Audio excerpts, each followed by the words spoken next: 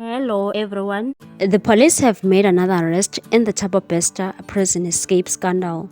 Police spokesperson Brigadier Atlinda Mate said a 31-year-old Zimbabwean was arrested in Johannesburg on Sunday. At this stage, he faces a charge of assisting an inmate to escape from lawful custody.